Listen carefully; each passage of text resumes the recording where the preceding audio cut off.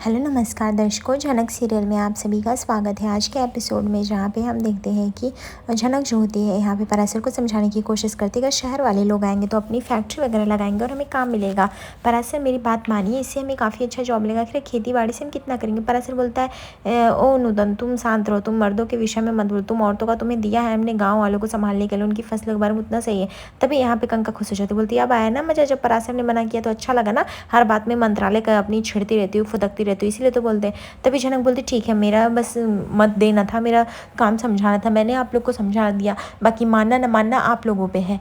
तभी यहाँ पे वो औरतें बोलती हैं कि नूतन तू ये क्या बोल रही है, तुझे समझना होगा कि हमारी खेती बाड़ी है, हमारा सब कुछ, हम उस शहरी लोग को नहीं आने दे सकते। तभी नूतन बोलती आप अब समझिए, सब समय बदल चुका है, हर चीज़ के लिए कानून होता है, और अगर वो लोग आएंगे तो इस गांव का नाम होगा, हमारे बच्चे जाके स्कूल में पढ़ेंगे, हमें सब कुछ मिलेगा और अच्छी सैलरी मिलेगी, अच्छे पैसे मिलेंगे। कब तक इन थोड़े पैसों में एक वक्त का रोटी का इंतजार करेंगे।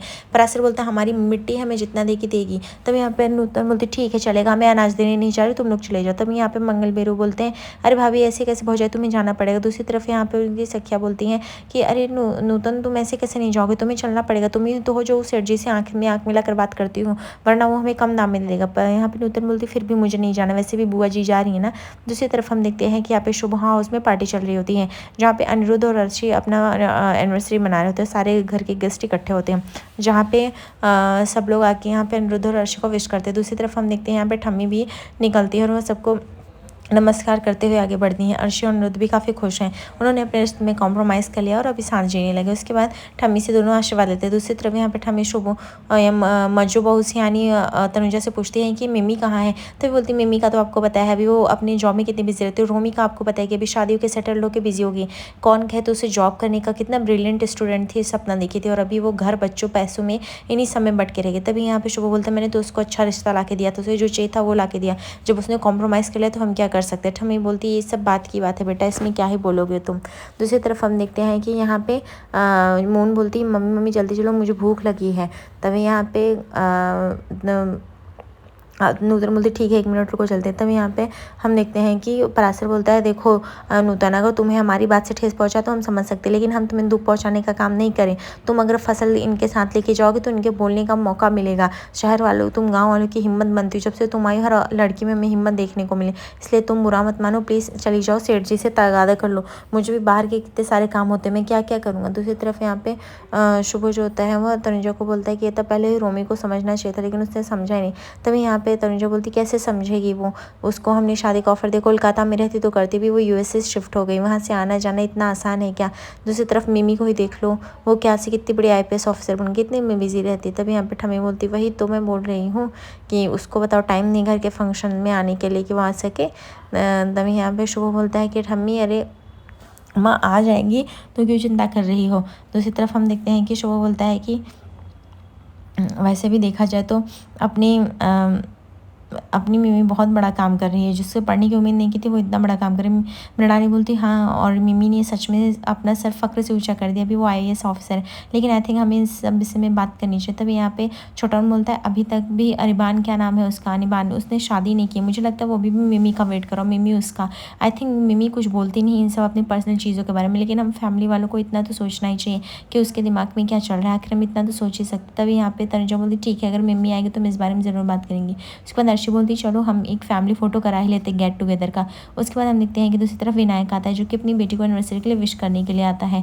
और तभी यहाँ पे अर्शी बोलती है कि वाह good to see you dad, आप इतने दिन के बाद है, जब हमने घर लिया हम यहाँ पे शिफ्ट हुए तो तुम आप आए क्यों नहीं, मैंने कितनी बार आपको बोला। विनायक बोलता अब घर से निकलने का मन नहीं करता बेटा, तुम्हें पता है सृष्टि के जल जाने के बाद मैं कितना अकेला सा हो गया हूँ, मुझे कहीं आने जाने में बहुत शर्मिंदगी महसूस होती है। सब लोग यही पूछते हैं कि सृष्टि जेल से कब आएगी, क्यों गई जेल में। तभी अनिरुद्ध बोलता है डोंट वरी अंकल, यहाँ आपसे कोई नहीं पूछेगा। विनायक बोलते जानता हूँ इसीलिए मैं यहाँ पे आया हूँ। अर्शी बोलती आप हमारे साथ क्यों नहीं रहते। विनायक बोलते नहीं नहीं बेटा, मैं अपने घर में ठीक हूँ, तुम्हें अच्छे से पता है वहाँ मुझे कितना कंफर्टेबल फील होता है। उसके बाद विनायक जो था ठम्मी से मिलता है, वो बोलता है कि और आप ठीक है ना। उसके बाद वह छोटान से मिलता है, बोलते छोटान आप तो एकदम बदल गया, अब तो आप ग्रेजुएट भी हो गए। तभी यहाँ पे मृणाली बोलती ग्रेजुएट ही नहीं, ये तो डॉक्टरेट भी कर रहे हैं, पीएचडी, साथ में प्रोफेसर भी बन गए, कॉलेज में स्टूडेंट्स को पढ़ाते भी हैं। छोटा बोलता है कि ये सब तो बस मीनू की वजह से हुआ, अगर मीनू ने उस टाइम मुझे सहारा नहीं दिया तो मैं नहीं पढ़ता।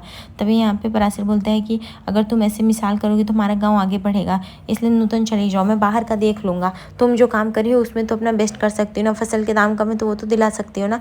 तभी यहाँ पे नूतन बोलती क्यों आप नहीं जा सकते, मुझे लगता है कि मैंने आज तक इन गाँव वालों के लिए जो किया वो गलत ही किया है, वैसे भी ये लोग अपना काम कर सकते हैं, मेरा कौन सा फसल है जो मैं जाती रहूँ, मैं बाहर वाली हूँ ना, तो क्यों मुझे अपनाओगे। तभी यहाँ पे हम देखते हैं कि मून बोलती चलो ना माँ मुझे भूख लगी। तभी नूतन बोलती ठीक है अच्छा चलती हूँ। तभी बोलती नहीं नहीं नहीं आप नहीं, आप डांटती रहती हो, मैं तो पराशर के साथ जाऊँगी। बोलती अच्छा पराशर जी के साथ जाओगी, देख लिया मैंने, अभी मैं तुम्हें मारती हूँ, चलो चुपचाप चलो अभी यहाँ से।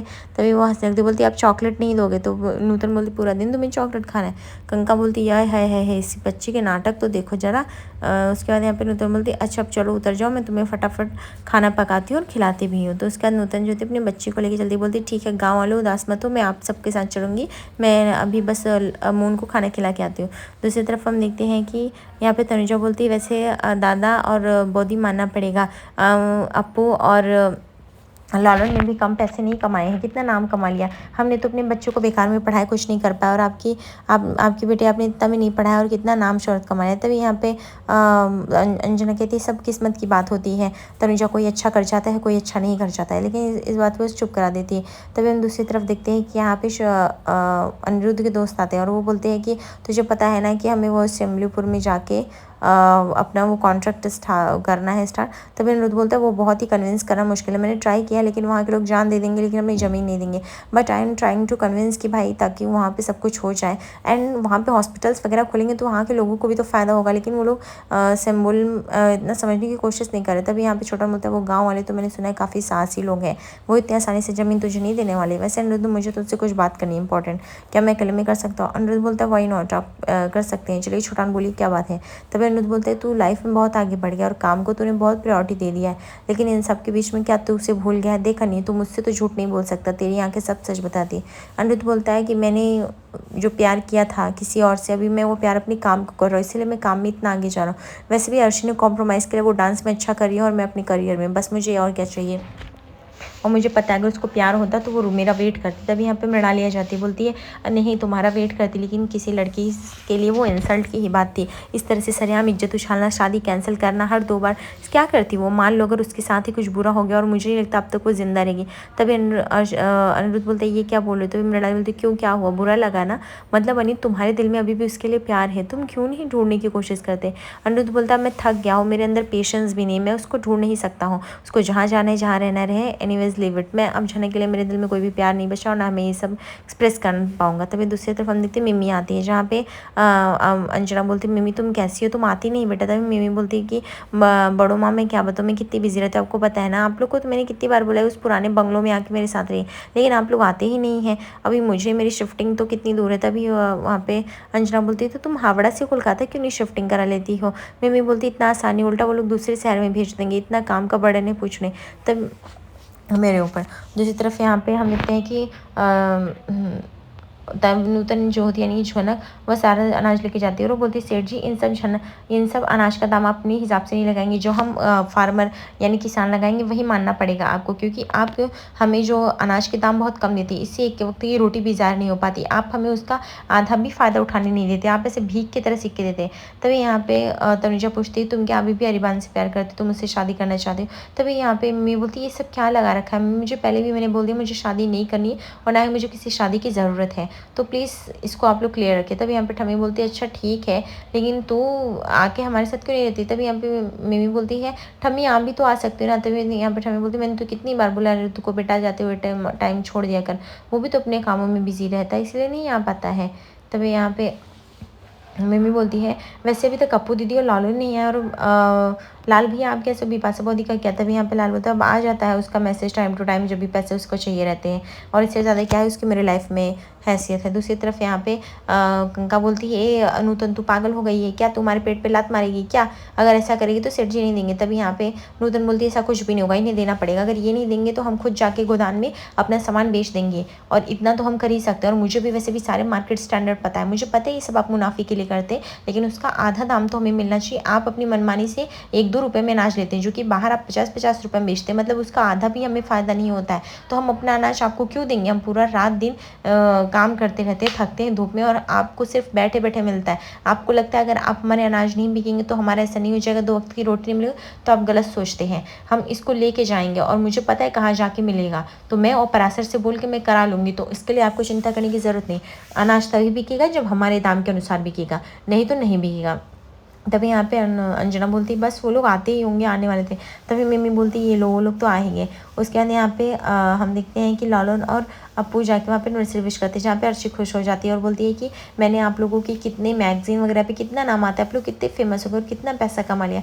आज की पार्टी में तो अप्पू दी आप दोनों को ही गाना गाना है। तभी यहाँ पे अंजना बोलती कितने अच्छे सालों के बाद अप्पू तुझे हंसता खेलता देख के अच्छा लग रहा है। अंजना बोलती वो तो पता था कितनी बड़ी बीमारी थी। अप्पू बोलती वो सब बस काजोल दीदी की वजह से ठीक हुआ, अगर काजोल दीदी नहीं होती तो कुछ नहीं होता। तभी यहाँ पे काजोल बोलती बस कर, जब देखो तब मेरी तारीफ कबूल बांधती। मैंने क्या किया? मैंने कुछ नहीं किया, जो भी किया तूने किया है, तेरी मेहनत नहीं किया है। तब यहाँ पे उसका सेठ हंसने लगता है, बोलता है ये लड़की बस कर, शहर से आई कुछ भी बोल रही है, मैं नहीं लूँगा अनाज तो तुम लोग खाने के लिए मर जाओगे, तुमको समझ में भी आता है? अब गाँव वाले जो पागल हो गए, सठिया गए हैं क्या? अगर ऐसा ही रहेगा तो खाने के लिए मर जाएंगे, सोच लो। तभी यहाँ पे परासर बोलता कोई नहीं मरेगा, मैं लेके जाऊँगा अनाज, बाहर बेचूंगा। सेठ मुझे लगा कि पुरानी रूढ़ विचारों से तू बदल गया होगा, लेकिन तू ऐसा नहीं बदल। तभी कंका बोलती है तू पागल हो गई है क्या? तेरे लिए परासर भी पागल होता जा रहा है। तुम लोग क्या करना चाहते हो कि हम लोग खाने भूखे मरे? तभी यहाँ पे नूतन बोलती बस कही कंका दीदी, एक तो खुद आप खेत में कुछ मेहनत करती नहीं, दूसरों के भरोसे रहती। जो मेहनत करता है उसे मेहनत का हिस्सा तो मिलना चाहिए, किसी से भीख तो नहीं मांग रहे हैं। और ये तो इनको पता ही होना चाहिए, जो इतना अन्याय कर रही है। तो खुद कुर्सी पर बैठे रहते हैं छाँव में, इनको क्या पता कितनी परेशान थे। दूसरी तरफ यहाँ पे अंजना बोलती है कि तू ठीक है ना अप्पू? तभी यहाँ पे लॉल मतलब अप्पू की कुछ दिनों से तबीयत खराब है, उसको हॉस्पिटल लेके जाना। तभी यहाँ पे अब अप्पू बोलती है कि ये देखो छुट्टियों में सब घुमाने ले जाते हैं, मुझे हॉस्पिटल ले जाएंगे। अंजना बोलती कोई बात नहीं बेटा, हॉस्पिटल जाके दिखा लेना। तभी वहाँ पे सेठ बोलता है कि लड़की तेरी ज़बान बहुत बढ़ती जा रही है, तू जब देख अपने गाँव में मनमानी करती जा रही है, ऐसे नहीं चलेगा। तेरी वजह से लड़कियाँ जो है बोलने लगी, औरतें सब बोलने लगी, और अब ये नहीं चलेगा। तभी उसकी वो बोलती क्यों नहीं चलेगा? हम भी अपना अनाज नहीं देंगे, अगर तुम वो करके दोगे तो ही हम बेचेंगे। सही बात है। तभी यहाँ पे वो सेठ बोलता है परासर क्या रे, एक शहर की लड़की के चक्कर में तू क्या क्या करेगा, कितना दुश्मनी मोल लेगा। अगर तूने हमसे मोल लिया तुझे पता है ना शहर में तेरा कहीं भी अनाज नहीं बिकेगा, और तू आधे टाइम तो गाँव से बाहर रहता है। ए लड़की, ऐसे कह के वह झनक की तरफ उंगली करता, झनक उसकी कॉलर पकड़ लेती, बोलती बस करो, इतनी बदतमीजी सेठ नहीं सहूंगी, समझी? एक औरत हो रही, एक औरत को इस तरह एक कहना और उस पर उंगली उठाना, पता है कितना बड़ा अपराध है ना? मुझसे इस तरह से हिम्मत मत ही करना। तभी यहाँ पे सर बोलता तुम्हें ये महंगा पड़ेगा। तभी झनक बोलती क्या महंगा पड़ेगा? पहले तो तुम बात करना सीखो। ये क्या है, हम लोग भिखारी देखते हैं, तुम इज्जत नहीं दे सकते, तू करके क्या बात कर रहे हो किसी से, तुम्हें समझना चाहिए। उसके बाद वो उसका कॉलर उठा के फेंक देती है। तभी यहाँ पे उसकी बुआ बोलती है अब बताओ सेठ की क्या इज्जत रह जाएगी, किसी औरत ने इसके गिरबान पे हाथ डाला हुआ है। तभी वो सेठ बोलता है परासर तूने ठीक नहीं किया, इसकी तुझे लंबी भरपाई करनी पड़ेगी। परासर बोलता है सेठ पहले तुझे भरपाई करनी पड़ेगी, तूने जो इतने टाइम तक सालों तक सबका शोषण किया, किसी को हक का पैसा नहीं दिया, हम मजदूरों की तरह काम करते रहे, तुझे लगा नहीं तू जो कर रहा है गलत कर रहा है? तभी झनक बोलती कोई बात नहीं, आज से हम अपना फसल और अनाज नहीं देंगे, हम अपना फसल अनाज खुद बेचेंगे। मैं और परासर जाएंगे, चाहिए तो मैं मंगल बीरू के साथ जाऊंगी, मैं बेचूंगी। तभी सेठ बोलता ठीक है मैं 1 रुपये बढ़ा के दे देता हूँ, तुम दे दो। तभी झनक बोलती है भिखारी नहीं है हम, एहसान करने की ज़रूरत नहीं, इस फसल का जो दाम है वो असली दाम हम लेके रहेंगे और आपसे ज़्यादा मुनाफा कमाएंगे, इसलिए इसमें घाटा तो आपका भी है, ये बात आपको अच्छे से पता है। हम प्यार से आपसे बात कर रहे थे आप करके, लेकिन आप उसके काबिल नहीं हैं, आप रिस्पेक्ट के भी काबिल नहीं, ना आप किसी के इमोशंस को समझते। ये औरतें जो काम करती हैं रात दिन, आपको पता भी है इनकी फैमिली कंडीशन क्या है। आज रात के एपिसोड में देखेंगे जहाँ पे अनिरुद्ध का सामना परासर से होगा। आगे एपिसोड पे बने दर्शकों, लाइक और सब्सक्राइब करिए। धन्यवाद।